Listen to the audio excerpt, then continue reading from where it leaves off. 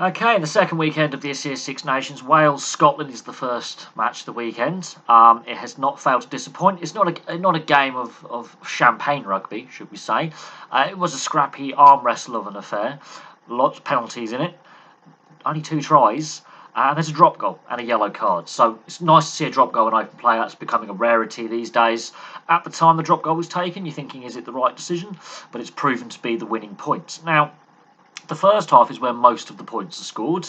And quite frankly, Scotland, I think, edged the first half. Wales, I think, edged the second half. And I think that's a pretty fair reflection on a very tight game that's finished 20 points to 17 in favour of Wales. And it was 14-all at half-time. Honestly, I think the way Scotland played in the first half, as I say, I think they slightly edged it. Looking at it, I think, yeah, they slightly edged it.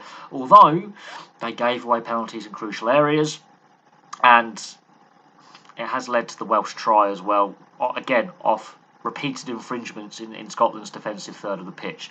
That is something that I think is a carryover from last week against England. There were large portions of the game where Scotland had a higher penalty count than England, apart from the last 20 minutes of the game against England. Scotland's penalty count was skyrocketing rather than England's. That's a carryover from last week, and that has proven their undoing today. Wales, better defensively today than they were against Ireland. Big improvement. I think the weather conditions and having the roof open has helped Wales today.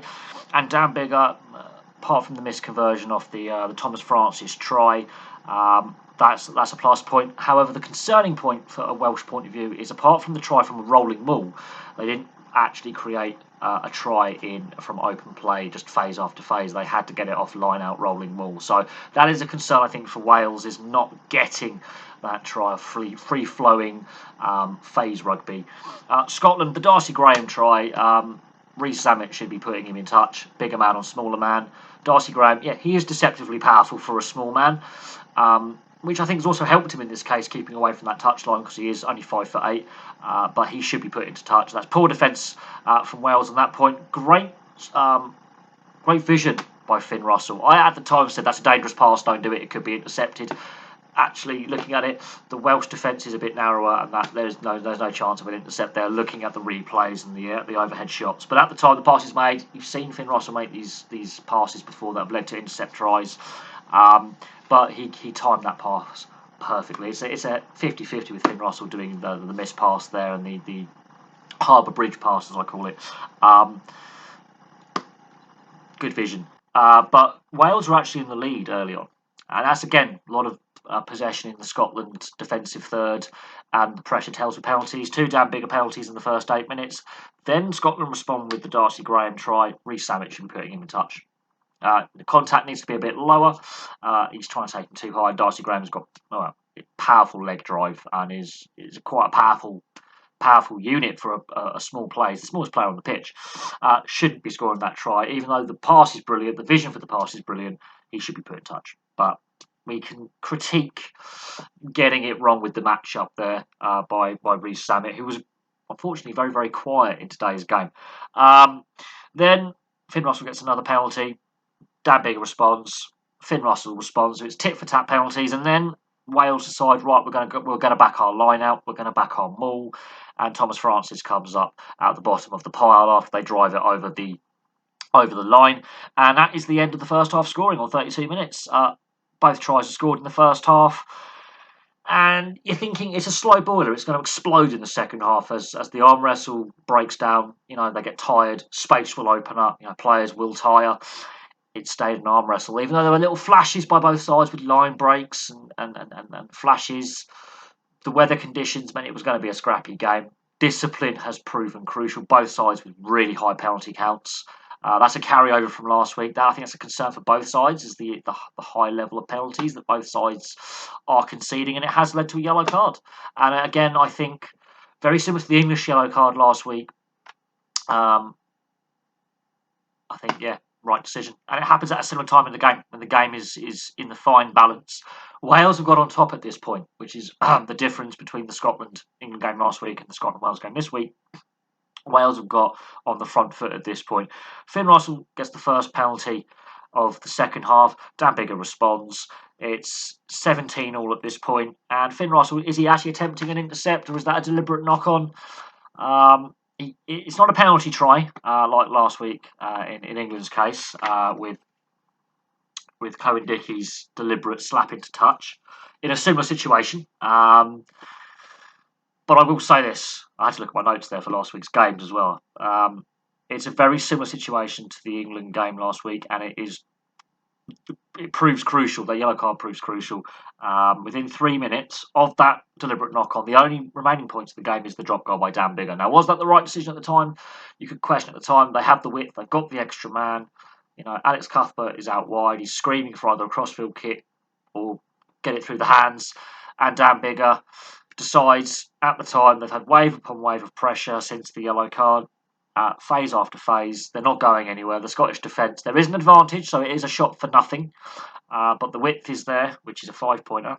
He goes for the drop goal, and that is the end of the scoring. What I did notice was a lot of poor handling errors by both sides today. A lot of knock-on advantages.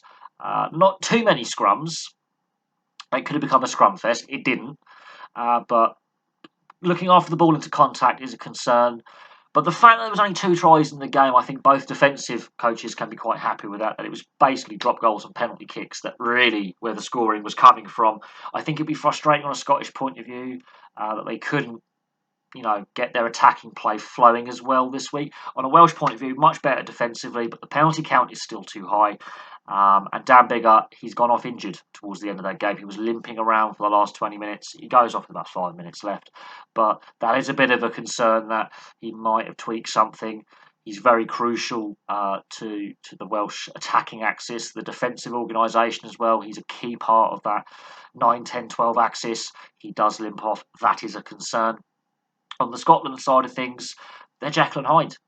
They win a close game against England and they lose by the same scoreline against Wales. So I think it's the same scoreline against Wales. Yes, the same scoreline. So they win 2017 last week. They lose 2017 this week. The Jekyll and Hyde side of Scotland, Wales, much improved defensively. Discipline's still an issue, and try scoring and getting the points. They've only scored 2 tries. So it's been very low try scoring by both Scotland and Wales in the first 2 games.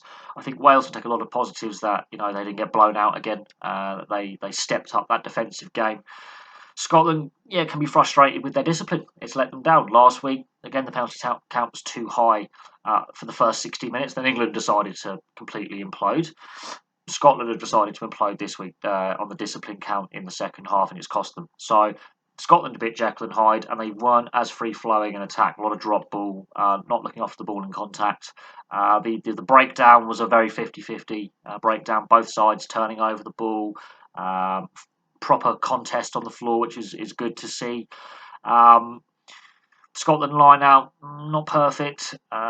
The Welsh maul, not perfect actually. Scotland dealt with the Welsh maul very, very well. Stole ball off Welsh maul as well. Only the try was the best that the Welsh maul operated today. Scotland effectively shut that down. But I think the weather conditions had a lot to play with the final result as well. I think Wales opening the roof sometimes, make it a proper test match. Make the conditions test yourself and the opposition, because having it with the roof shut all the time, it sort of makes it perfect conditions in a certain extent. There's no wind, there's no rain, there's no sunlight, there's no snow if it snows, because there's obviously that possibility this time of year with a bit of snow. It's not freezing cold. So having that roof open, I think, has definitely aided Wales. Maybe they did that more often. It was under the previous coaching regime, roof always shut. Try and keep the noise and the atmosphere in. Wayne Pivac, roof open, and it's had a positive response, I think. So Wales, they're not looking like they're going to win the Six Nations this year. I don't think. I think there's a few issues. There's a lot of players missing with injury, and Dan Biggar could be a concern. Scotland, they're still Jekyll and Hyde. They're good. They're good 1 week, and they win the tight game, and then the following week, decision making, discipline, they lose the tight game. So we'll see what happens in round 3, but an interesting spectacle for the neutral. Now we've got Ireland, France as well. I think that's going to be a tasty one. That will be, I think, decide about if there's going to be a Grand Slam winner and who possibly wins the Six Nations from those 2 unbeaten teams from last week. That could be a high-scoring tri-fest. And Johnny Sexton isn't playing; he's out injured, so it's all on young Carberry's shoulders in the 10 jersey for Ireland. So that could be a baptism of fire. Thank you very much for watching. Please place your thoughts in the comment section below, and I will have a match review of the Ireland-France game after it's obviously finished, and I'll obviously have a review of the England-Italy game as well tomorrow. But thank you very much for watching, as I say, and I'll have some more videos for you very, very soon.